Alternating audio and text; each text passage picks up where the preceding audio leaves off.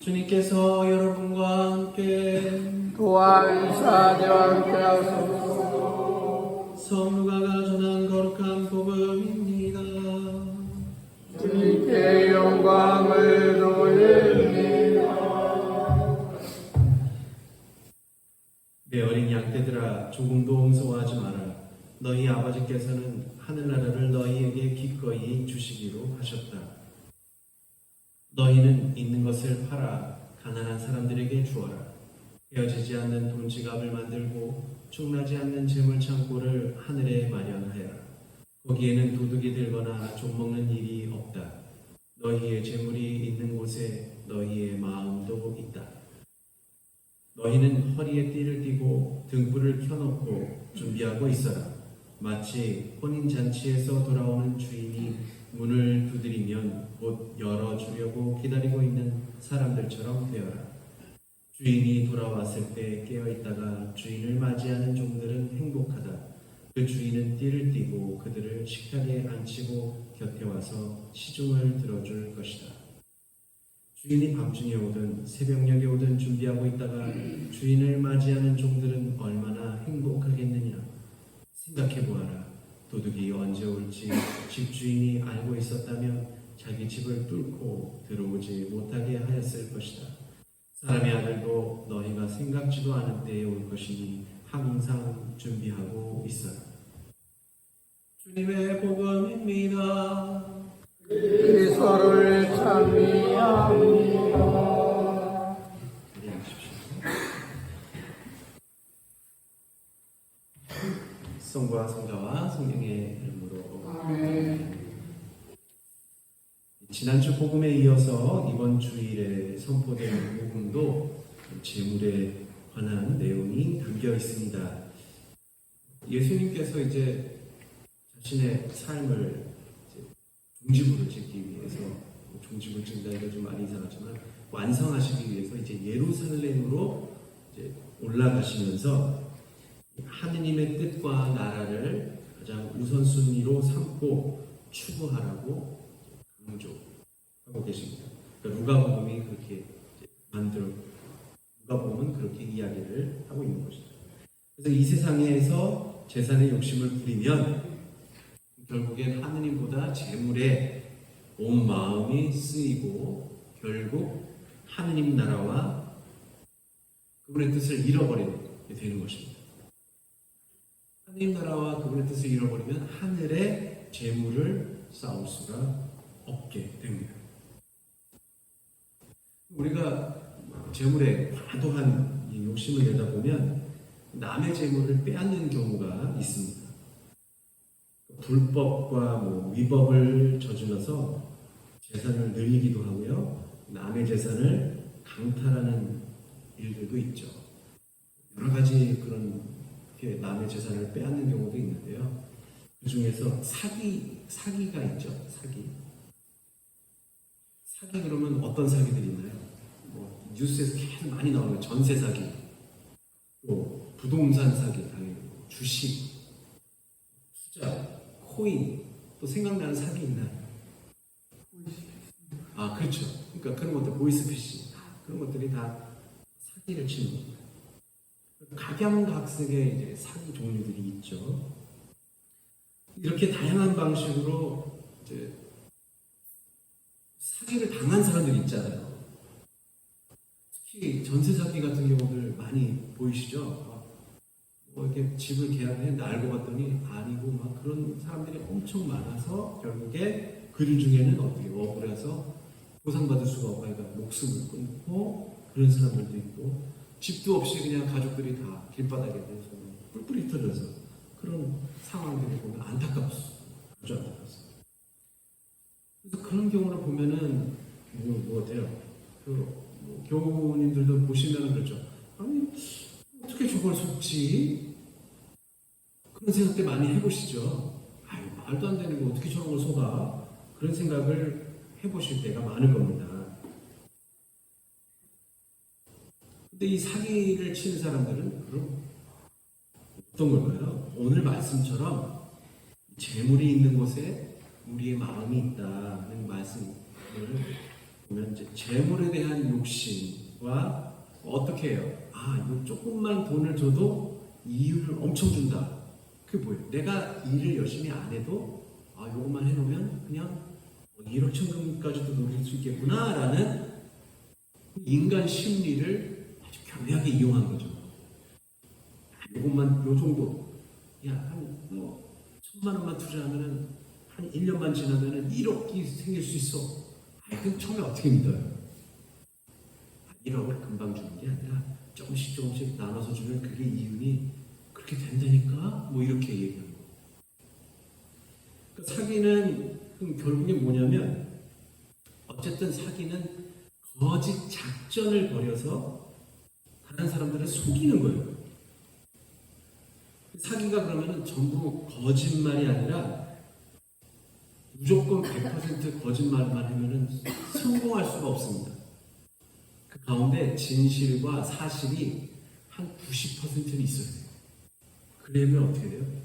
이거 거짓말이 아니네? 하면서 속기 시작하는 거예요. 그러니까 거짓으로 사람을 속이는 것이 아니라 거짓된 것은 뒤에 숨겨놓고 있다가 사실과 진실된 것만 이렇게 해가지고 사람을 속이는 것이죠. 그러니까 진실된 것과 같고 사실로 사람을 속인다니 아이러니하지 않을 수가 없습니다. 그런 투자 사기 같은 경우는 다 그런 게 뭐냐면 예를 들면 1,000만 원을 투자했어요. 그러면은 한 달에 꼬박꼬박 그 10%의 이윤을 돌려주겠다. 그럼 어떻게 하느냐? 진짜 1,000만 원을 입금하면 그 다음 그 정한 시간에 진짜 100만 원을 통장에 꽂아주고 그럼 뭐 어떻게 생각해? 야, 한 달에 100만 원씩 이렇게 들어오는 이런 게 있어? 진짜 들어왔네? 그 다음 달에도 또 꽂아줘. 그럼 어떻게 해요, 사람이? 야, 아니 말도 안 되는 일이 한 달에 100만 원씩, 1,000만 원만 넣었는데 100만 원씩 들어온다. 저라도 할 것 같아요. 저라도 어떻게든 그죠. 그러면 이 사람이 이제 야, 1,000만 원 가고 1,000만 원 하면은 100만 원씩 한 달에 가는데 5천만 원 넣으면은 한 달에 얼마씩 벌겠어? 그래요? 그럼 어떻게 해요? 그러면은 돈을 다 꿉니다. 사돈 친척 다 해가지고 다 해고 그 5천만 원 한 거예요. 그러면은 어떻게 하냐? 아, 이번에 수익이 좀 떨어져서 100만 원만 더 줄게. 다음에 꼭 더 쳐서 더 넣어줄게. 하지만 그 다음엔 어떻게 해요? 사라져. 그럼 어떻게 해요? 아, 좀만 기다려보자. 뭐 좀 주겠지. 뭐가 좀 생겼겠지. 지난달에 살짝 그랬으니까 이번엔 뭐가 올라가면 주겠지. 근데 2달이 되고 3달이 돼도 그렇게 됩니다. 그럼 어떻게 해요? 배신당했다고 울부짖고 이 돈을 찾을 수가 없어서 난리가 나는 거죠. 근데 처음에 5천만 원이라 5억을 집어넣었다고 생각해보세요. 엄청난 거죠. 그런 사람이 한 명이 아니라 10명이면 그 사기꾼은 한꺼번에 엄청난 돈을 벌고 도망가 버린 겁니다. 그러니까 우리가 처음에 진실인 건 맞아요. 이익금을 돌려줬으니까 그거 속는 겁니다. 사실이네? 하고 속는 겁니다. 한번 물어보고 싶어요. 속인 사람이 잘못인가요? 속은 사람이 잘못인가요? 예, 당연히 속인 사람이 잘못이죠. 아니 속이려고 정말 고도의 머리를 써가지고 그걸 연구하고 이렇게 하면 속는 그걸 얼마나 고심하고 그렇게 해서 속이겠습니까? 거기에 안 넘어간 사람이 용한 거긴 한데 그러니까 속인 사람이 잘못한 게 맞습니다. 그래도요 속은 사람도 좀 한번 되돌아볼 필요는 있죠. 어떻게 되돌아봐야 될까요? 이런 사단이 난 것은 사실은 노력 없이 쉽게 재물을 벌고 싶은 욕심이 사실 그 사람을 잡아먹었기 때문입니다. 그러니까 오늘 복음 말씀 가운데 주인이 뭐 늦게 오든 뭐 새벽에 오든 깨어서 기다리고 문을 열어 맞이하는 종에 대한 비유 들으셨잖아요. 그러니까 그 종은 종으로서의 일을 한 겁니다. 최선의 노력을 한 것이죠. 밤잠을 설쳐가면서 수고하고 그렇게 일해야만 사실은 좋은 결과를 맺을 수가 있는 것인데요. 이 수고하지 않고 돈을 벌려는 욕심은 결국은 나중에 보면 자기 자신을 망치게 되고요. 자신이 어떤 위치의 사람인지를 망각하게 해요. 그러면 그 사람은 그런 식으로 사기를 치거나 또 일확천금을 아주 운이 좋아갖고 막 이렇게 해서 돈 번 사람들은 결국 나중에 일도 안 해요. 어떻게 하면 사기만 칠까? 그러고 그렇게 해서 불로소득을 얻은 사람들은 그 돈도 모으지도 못하고 그냥 펑펑 쓰고 이런 사람들도 있어요. 속은 사람도 내 마음이 그쪽으로 가 있구나라는 것을 한번 돌이켜볼 필요는 있죠. 독일의 유명한 철학자 가운데 헤겔이라는 사람이 있습니다. 헤겔. 이 사람이 정신현상학이라는 200년 전에 정신현상학이라는 책을 썼는데요. 제가 독일에서 처음에 공부하는데 이 책을 갖다가 세미나를 하는데 너무 어려워가지고 미치는 줄 알았어요. 뭐 이렇게 어렵게 책을 쓴 거야? 라고 그랬는데 물론 이제 독일어가 너무 어려워서 그런 것도 있고요. 쉬운 책은 아니에요. 근데 그 중에요. 그 책이 한 400페이지, 500페이지 가까이 되는 책인데 그 중에 한 30페이지 정도밖에 안 되는 그 내용 중에 주인과 노예, 주인과 종이라고도 할 수 있는 주인과 종이라는 내용의 단락이 나오는데요. 이 짧은 내용이 유럽 사회에 큰 파장을 일으켰어요. 내용이 어떤 내용이었냐면 이겁니다. 여기서 주인은 뭐냐면 주인은 그 당시에 왕, 200년 전이니까 그때도 왕도 있었고요. 귀족들이 있었거든요. 왕이나 귀족과 같은 기존의 지배 계급이 이제 주인 역할을 하는 것이고요. 그러면 노예 같은 종은 누구냐? 농민도 될 수 있고 그냥 노동자. 또 그 당시에 이제 1800년이 시작된 거니까 이제 공장을 일으키는 자본가들이 이제 기업을 일으키는 자본가들이 등장하죠. 이런 사람들이 물건을 생산하고 어쨌든 일을 하는 사람들이잖아요. 귀족하고 왕은 그런 일을 하나요? 보통 그런 일을 안 하죠.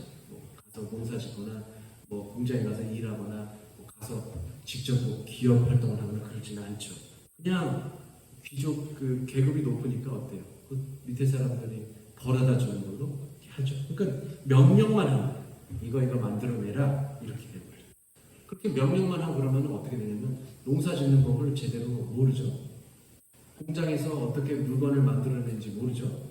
또 기업을 어떻게 운영해야 되고 이런 거에 대해서 잘 몰라요.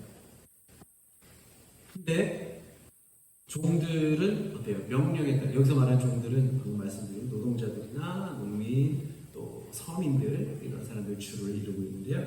이 사람들은 물론 그 지배 계급에 따라서 명령에 받들어서 이렇게 물건을 만들고 또 농사도 짓고 그렇습니다. 그러다 보면 어떻게 되나요? 물건을 만들려면 기술이 필요해요. 그 기술이 필요해요. 농사를 지으려면 농사에 대한 기술이 필요하죠. 농사 안 짓는 사람이 땅에 가서 농사 짓겠다고 하면 농사가 잘 됩니까? 안 돼요. 그럼 어떻게 돼요? 직접 심어도 보고 또 계속 물어보고 책도 보고 그럼 어떻게 기술이 느는 거예요. 지식이 생겨요. 그러니까 거기에 나중에 정말 잘하면 뭐가 된다고요? 도사가 되는 거예요. 도사. 마찬가지로 물건 만드는 사람들도 도사가 되는 겁니다. 이런 기술이 필요하구나. 여기서 뭐가 필요하고 다. 근데 귀족들이나 왕이 그런 걸 알아요? 모르죠. 그러다 보니까 어떻게 되느냐면 이제 이 종들이라고 불리는 사람들이 점점 경제적인 지위가 높아지는 거예요. 지식도 쌓여요. 그러니까 결국엔 귀족이나 왕들보다도 어떤 기술과 지식과 어떤 경제력도 이제 점점 그 위치로 올라가요. 그러니까 결과적으로 나중에 되면 어떻게 되냐면 주인과 종의 위치가 바뀐다는 이야기를 하고 있는 거예요. 혁명을 얘기하는 거예요. 그만큼 종이라고 해서 종의 위치에 머무르지 않고 자신이 깨치고 노력하고 하다 보면은 결국에는 왕과 귀족보다도 더 훨씬 높은 지식도 얻게 되고 시민이 된다. 이런 얘기입니다. 이게 소위 말하는 변증법이라는 아주 결국에는 이 내용들이 유럽의 사회를 더 크게 바꾸어 나가버렸습니다. 그래서 결국 유럽 사람들이 무슨 짓을 했게요? 기술도 더 발전하고 동양이나 뭐 이런 데 미국이나 이런 데를 다 아프리카나 이런 데를 식민지 삼았습니다. 근데 결국에는 그 얘기는 그겁니다. 어쨌든 간에 우리가 주인과 종의 위치가 막 바뀐다. 그런 날이 올 것이다. 이렇게 이야기를 하는 것이죠. 그래서 오늘 누가복음 12장 37절에 보면요. 주인이 돌아왔을 때 깨어있다가 주인을 맞이하는 종들은 행복하다. 그 주인은 띠를 띠고 그들을 식탁에 앉히고 곁에 와서 시중을 들어줄 것이다 라는 말씀이 나오는데요. 사실 이 뒷부분은 그 전체 어떤 맥락의 흐름에 보면은 별로 필요하지 않는 것 같지만 그럼에도 참 제가 보기엔 너무나 놀라운 일이에요. 아니 종이 주인이 한밤이든 새벽이든 기다리고 있다가 오면은 주인이 그러죠. 먼 길을 올라오니까 이 새벽이라도 내가 좀 뭘 좀 먹어야 되겠다. 그러면 종이 어떻게 해야 돼요? 밥을 차려줘야 돼요. 빨아야 돼요. 종인데 얘는 차려줘야죠. 그런데 어떻게 돼요? 지금 말씀은 뭐냐면 반대로 어떻게 한다고요? 주인이 오히려 이 종 봐라. 내가 이렇게 새벽에 늦게 새벽 2시, 3시에 왔는데도 잠도 자지 않고 기다려줬네. 그 문도 열어주고 그리고 내가 배고플 것 같아서 막 밥을 챙겨주려고 그런다. 그러니까 오히려 반대로 식탁에 총을 안 쳐요. 그리고서는 어떻게 그 음식을 해서 시중을 들어줘요. 종한테. 너무 놀랍죠? 예수님이 이러시겠다는 거예요. 그런 주인이 세상에 있나요? 우스갯소리 한번 할까요? 옛날에 남편들이 술 마시고 밤에 늦게 들어왔어요. 그러면 어떻게 해요? 밖에서 술 마시고 해장 좀 해야겠다. 밥상 좀 차려라. 그러면 어떻게 해요? 차려주세요? 네. 그럼 당연히 차려드려야죠. 안 차려주면 어떻게 돼요? 안 차려준다고 막 그래요. 그러면 어떻게 해요? 하면서 차려줘. 누가 주인이고 누가 종입니까? 그런데 남편이 생각해보세요. 갑자기 새벽에 들어왔지만 싹싹대고 늦게 와서 죄송해요. 대신 제가 내일 아침에 하나님을 위해서 아침 밥상을 제가 차려드리겠습니다. 얼마나 살맛나는 세상일까요? 잠을 깨웠으니 죄송합니다. 그러면 얼마나 바뀐 세상일까요? 예수님이 그러시겠다는 거예요. 예수님이 뭐 술을 드시고 오겠다는 게 아니라 예수님이 그렇게 하신다는 겁니다. 그런 주인이 세상에 어디 있을까요? 방금 전에 어려운 얘기죠. 헤겔이라는 사람이 주인과 종의 위치가 바뀐다 그런 얘기를 했는데 그것은 주인이 이제 점점 게을러지고 기존의 생활과 관습만 내가 왕이니까 그냥 뭐 명령만 하면 되지 그런 것만 고집하는 기 때문에 그런 것이고 반면에 종들은 어때요? 새롭고 혁신적이고 이런 지혜를 계속 끊임없이 받아들이고 발전시킨다는 거죠. 그래서 주인의 종하고 위치가 바뀐다는 거지만 복음은 그런 내용이 전혀 아닙니다. 완전히 다른 내용이에요. 그 주인이 자발적으로 종의 위치로 내려가서 종들을 주인 대하듯이 존중해 주는 겁니다. 이런 일은 예수님이 전하는 복음이 아니면 어느 사회에서도 잘 볼 수가 없어요. 아니 사장이 갑자기 사원들을 말단 사원한테 가가지고 우리 세상을 위해서 이렇게 일해주니 고맙소 하면서 갑자기 뜬금없이 제때 지각도 안 하고 나왔다고 뜬금없이 보너스를 팍 주는 경우가 있습니까? 어떤 성과가 나야지 주지. 우리 회사 일이 이렇게 열심히 일하고 그리고 갑자기 불러가지고 맛있는 저녁을 사줘서 그래요. 이렇게 힘든 거 있으면 말해보세요. 다 들어줄게요. 처음부터 그런 사장들은 없어요. 어떻게 이런 정복이 가능할까? 이렇게 뒤집어지는 게 가능할까요? 제가 여러 번 말씀드리지만 이것은 사랑이 없으면 불가능합니다. 예수님께서 우리를 사랑하지 않으신다면 이러한 뒤바뀜은 일어나지 않습니다. 마찬가지로 우리가 복음에서 받으실 자선을 하고 세상이 아닌 하늘의 재물을 쌓는 일은 그 얘기는 뭐냐? 결국은 사랑을 행하고 그 사랑을 믿고 그 사랑의 희망을 버는 일과 다름이 아닙니다. 내가 누구보다 지위가 높고요, 재산이 많으면 무조건 다른 이들을 배려하고 존중하면서 살 필요가 없어요. 어디 가서 떵떵거리면서 살아도 돼요. 근데 지위가 높은 사람이 지위가 낮은 사람에게 그렇게 해서 명령을 내려야 하지만, 그리고 일을 시켜야 하지만 사실은 질서가 유지가 돼요. 말단 사원이 사장한테 일을 시키는 경우가 어디 있어요? 사실 기업에서 똑같죠. 가끔 집안에서 그런 일이 생겨요.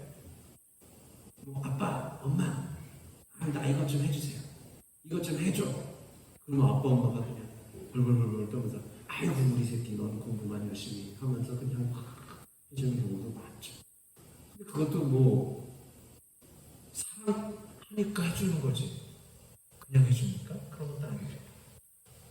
예수님은 모든 이들의 주인이 되십니다. 그래서 우리가 주님 그러죠. 근데도 불구하고 전 종들에게 과도한 사랑을 베풀어 주십니다. 그러면 종들 가운데는요, 주인을 밤과 새벽까지 충실히 기다린 이들이 있겠죠. 그러면 당연히 아이고 우리 주님께서 이런 사랑을 베풀어 주시네 감사하는 마음을 가지죠. 근데 깨닫지 못한 사람들은, 종들은 어떻게 되면 주인의 머리 꼭대기에 올라가죠. 야 저놈 봐라, 주인인데도 저러네, 내가 주인이야지, 이런 생각을 합니다. 만약에 아까 뭐 사기 얘기를 잠깐 처음에 했는데요, 투자를 위해 유치한 사람이 끝까지 거짓이 아니라 충실하게 투자자들에게 이유를 놔두어주면 그건 사기가 아닙니다. 뭐 1억 원을 투자를 했는데 정말 1년에 1,000만 원씩 주겠다 해서 꼬박꼬박 그 1억 투자한 거에 1,000만 원씩을 꼬박꼬박 이유를 내서 그 사람한테 준다면 그거를 20년, 30년 했다고 보세요. 그럼 그게 사기입니까? 그건 사기가 아니죠. 진짜죠, 진짜. 그러니까 중간에 거짓을 섞어가지고 이게 진실인지 사실인지 헷갈리게 하면 그것이 사기가 되고, 그래서 사람들이 몰락하는 것입니다. 근데 예수님께서 우리를 위해서 어떤 사랑이라는 투자를 하고 계신 거예요. 그리고 그 투자는 세상이 아니라 하늘에 하는 투자예요. 그게 조금 다르죠. 이 세상의 잣대로 보면 그거 어떻게 믿어? 천국이 어디 있어? 하면서 저거 사기야? 라고 그렇게 여기는 사람들도 있죠. 사기치고 있네. 저거 다 사기야. 저 하늘나라가 어디 있어? 천국이 어디 있어? 그러나 예수님께서 보여주시는 사랑의 힘과 종처럼 자신을 낮추시는 겸손의 모습은 거짓이 아니고 진실입니다. 예수님이 한 번 딱 너희를 사랑하시고 그 뒤로 사랑하지 않으신다고요? 그게 아니고 꾸준히 계속해서 사랑을 베푸시는 것이죠. 그 자신의 재산을 나눠주고 자선을 행하라 하는 일이 그건 거짓인가요? 오히려 나가서 돈을 더 벌고 남의 것도 뺏어와, 이런 게 오히려 거짓이죠.